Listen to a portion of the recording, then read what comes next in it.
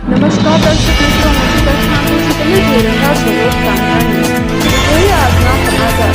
પવિત્ર યાત્રાધામ શામળાજી ખાતે આવેલ વિશ્વકર્મા મંદિરમાં શ્રી વિશ્વકર્મા સાહિત્ય ધર્મ પ્રચાર પરિષદ ગુજરાત રાજ્યની મહત્વપૂર્ણ કારોબારી બેઠક યોજાઈ હતી.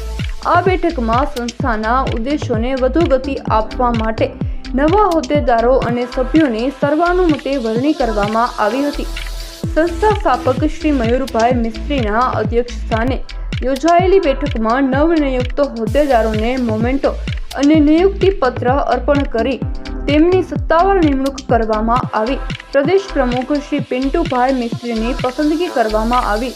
પ્રદેશ પ્રભારી અને સંગઠન મંત્રી તરીકે ડોક્ટર કુંતલ પંચાલની નિમણૂક કરવામાં આવી, જ્યારે પ્રદેશ સંરક્ષક સંયોજક તરીકે શ્રીમતી આરતીબેન પરમાર ને જવાબદારી સોંપવામાં આવી.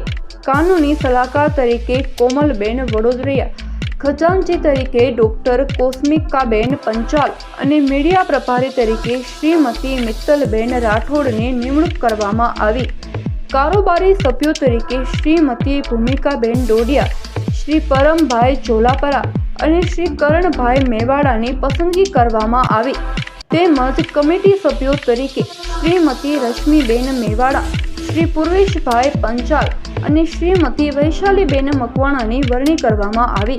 બેઠક દરમિયાન શામળાજીની પવિત્ર ભૂમિ પરથી વિશ્વકર્મા ભગવાનના મહિમા અને સાહિત્યને જન સુધી પહોંચાડવા માટે વિવિધ સ્પર્ધાઓ અને પ્રવૃત્તિઓનું આયોજન કરવાની પ્રતિજ્ઞા લેવામાં આવી.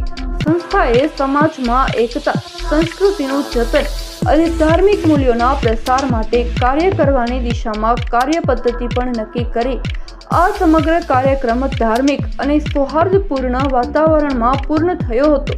નવનિયુક્ત હોદ્દેદારોમાં સંસ્થાના ધ્યેયોને સિદ્ધ કરવા માટે ઉત્સાહ અને પ્રતિબિંબતા સ્પષ્ટપણે જોવા મળી હતી.